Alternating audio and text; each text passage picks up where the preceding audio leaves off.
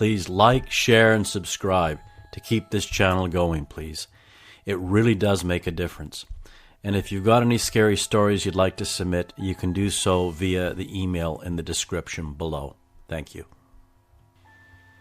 3 true ghost stories from southern USA. Welcome to Savannah, Georgia, a city shrouded in mystery and known as one of America's most haunted cities. Founded in 1733 by General James Oglethorpe, Savannah is a city where the past is never truly forgotten. Its streets and buildings are steeped in history, echoing the tales of a bygone era. From the Revolutionary War to the Civil War, and through the yellow fever epidemics that decimated its population, Savannah has witnessed more than its fair share of human tragedy. These dark and tumultuous events have left an indelible mark on the city, contributing to its reputation as a hotspot for paranormal activity.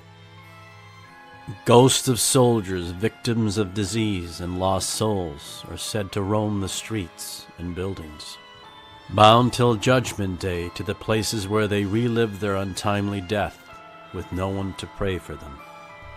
Today we'll explore 3 of Savannah's most haunted locations: the tragic Sorrel-Weed House, the eerie Marshall House, and the hauntingly beautiful Bonaventure Cemetery. Each site holds stories of sorrow, mystery, and ghostly encounters that continue to captivate and terrify. Join me as we delve into the chilling history and haunting tales that make Savannah a city like no other, where the past and present coexist in a spectral dance, and the restless spirits of history's victims never truly find peace. Let's begin our journey into Savannah's haunted history with the Sorrel-Weed House, where tragedy and mystery intertwine. The mansion is a testament to grandeur and tragedy. Built in the early 19th century by Francis Sorrel, a wealthy shipping merchant, the house is an architectural gem of Greek Revival and Regency styles. Completed in 1840, the Sorrel-Weed House was designed to showcase the wealth and the status of its owner. Its massive columns, sweeping verandas, and intricate ironwork represent a time of prosperity and elegance. But beneath its polished exterior lies a history marred by sorrow and scandal. Within these walls unfolded a tale of love, betrayal, and death that continues to haunt this historic home. Matilda Sorrel, the wife of Francis Sorrel, is said to have leapt to her death from a second-story balcony in 1860. Her tragic end was reportedly driven by the discovery of her husband's affair with a slave named Molly. Molly's fate is shrouded in mystery and whispers. Some say she was murdered to conceal the affair, while others believe that she took her own life in despair. Her spirit is said to linger in the basement, where visitors report hearing soft weeping and seeing fleeting shadows. The story of Matilda and Molly is one of Savannah's most poignant and tragic tales. The intense emotions of betrayal, sorrow, and despair have left a lasting imprint on the house, making it a focal point of strange activity. Many who visit speak of unexplained phenomena. Lights flicker without cause, sudden drops in temperature chill the air, and numerous guests have cited the apparitions of Matilda and Molly. The sense of unease is palpable, as if the walls are whispering their tragic secrets.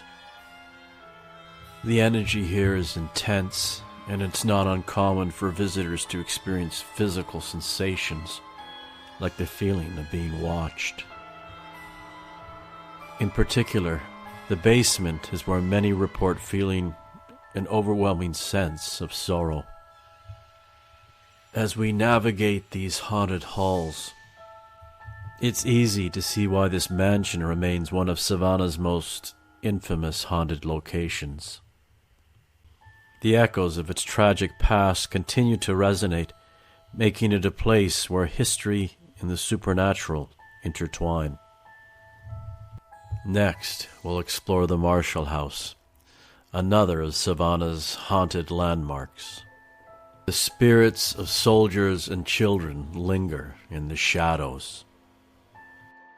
This historic hotel that has stood the test of time, in the presence of spirits for over a century. Built in 1851 by Mary Marshall, the Marshall House has a storied past beyond its luxurious facade. During the Civil War, it served as a hospital for Union soldiers, and later, it became a refuge for victims of Savannah's devastating yellow fever epidemics. Imagine these halls, filled with the wounded and dying, the air thick with the scent of antiseptic and human suffering. The spirits of those who perished here seem to have left an indelible mark, making the Marshall House one of Savannah's most haunted locations. The echoes of the past are powerful here. Guests and staff frequently report encounters with ghostly soldiers, their spectral forms wandering the corridors, still searching for peace. But it's not just the soldiers that linger. The laughter of children, victims of the yellow fever epidemic, can often be heard echoing through the building. Their innocent voices are a haunting reminder of the many lives cut short by the disease. The Marshall House is a striking example of how history and tragedy can leave a lasting imprint. The building's use as a hospital and later as a refuge during the yellow fever epidemics created an environment where intense emotions and suffering were somehow imprinted on the walls. From Marion Newen, a guest at the hotel. I was staying on the second floor when I heard what sounded like children laughing and playing in the hallway. When I opened the door, there were two little girls in white dresses staring at me from the end of the hallway. When I asked if they were okay, they disappeared. Yeah, I know. No, I'm not going back there. From an anonymous young part-time staff member.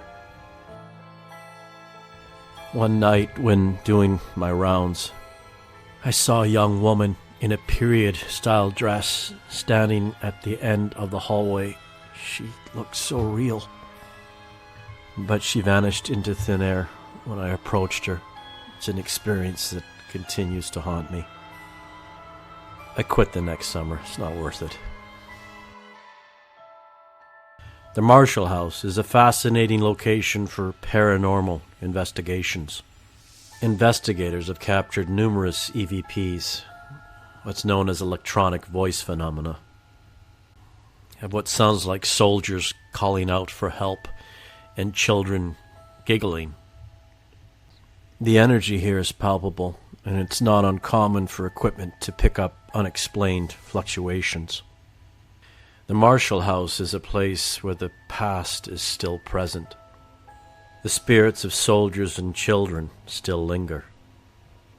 Their stories woven into the very fabric of this historic hotel. Whether you choose to believe in ghosts or not, the tales and experiences tied to the Marshall House offer a haunting glimpse into Savannah's troubled history. It's a place where the echoes of the past continue to resonate, creating an atmosphere that is both beautiful and eerie. Next, we'll explore Bonaventure Cemetery, a place of serene beauty and lingering spirits. where the past and present merge in a spectral dance. This, our final destination, is said to be where beauty and eeriness coexist in haunting harmony. Established in the 19th century, Bonaventure Cemetery is famous for its picturesque beauty and disconcerting atmosphere. Nestled along the Wilmington River, this cemetery has been the final resting place for many of Savannah's most notable citizens.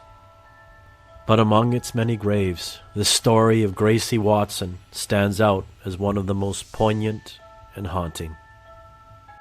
Gracie Watson was only 6 years old when she succumbed to pneumonia in 1889. Her father, a hotel manager at the Pulaski House, was devastated by her death. He commissioned a life-size statue of Gracie in her memory, which has become a focal point of ghostly activity in the cemetery. Visitors claim to have seen the statue of Gracie cry tears of blood, and some even report seeing her apparition wandering the cemetery as if searching for her family. The story of Gracie Watson is both heartbreaking and fascinating. Her statue has become a symbol of love and loss, and the reports of paranormal activity around it have only added to its mystique. But Gracie is not the only spirit said to roam Bonaventure Cemetery. Many visitors report seeing ghostly figures drifting among the tombstones and hearing strange, dissembled voices that seem to emanate from the very air itself, seemingly asking for something. Bonaventure Cemetery is not the only hotspot in Savannah for paranormal activity, but it is one of the most active. Investigators have recorded numerous EVPs that seems to capture the whispers and cries of spirits from long ago. The energy here is unmistakable, and it's not uncommon for visitors to feel an overwhelming fear of something lurking in the shadows. From John Stokes, a nearby resident of the cemetery. I was walking through there late one night. It was a shortcut to work. I saw a young girl in a white dress carrying white lit candles. She smiled at me with this eerie smile. I got so bloody scared. I said a quick prayer and then I turned around. When I looked back, she was gone. It's like she vanished or something. Place is creepy as hell. No, I don't go in there. From John Myers, another local resident. The atmosphere in Bonaventure is unlike any other place I've been to. You can almost feel the presence of the past lingering in the air. Once I heard what sounded like soft singing, but no one was around. It was both beautiful and haunting. Yeah. Bonaventure Cemetery is where the past and the present intertwine in a delicate, ghostly dance. The beauty of its landscape is matched only by the depth of its haunted history. Whether you believe in the supernatural or not, the stories and experiences tied to the Bonaventure Cemetery offer a haunting glimpse into Savannah's rich and eerie past. It's a place where history, beauty, and the unknown come together in a captivating spectral embrace. Thank you for joining us on this journey through some of Savannah's haunted history. More to come. From the tragic tales of the Sorrel-Weed House and the Marshall House to the haunting beauty of Bonaventure Cemetery, these stories remind us that the past is never truly gone. It lingers in whispers and shadows, waiting to be revealed. These stories and experiences highlight why Savannah is a city where the past is never truly the past. Its streets, buildings, and cemeteries are alive with the echoes of history and the whispers of restless spirits. If you're intrigued by these tales, there's no better way to experience them than by visiting Savannah. Walk the haunted halls of the Sorrel-Weed House. Stay a night in the Marshall House, and wander the serene paths of Bonaventure Cemetery. And if you've enjoyed this journey through Savannah's haunted history, please like and subscribe to our channel for more about the paranormal, the mysterious unknown, and ghost stories with future explorations of haunted locations. Hit the like button, share your thoughts in the comments, and let us know which haunted places you'd like us to explore next. Thank you for joining us on this haunting journey through Savannah. Until next time, remember, history is never truly gone. It lingers with whispers in the shadows, waiting. And no, not everything goes bump in the night. Yeah, right.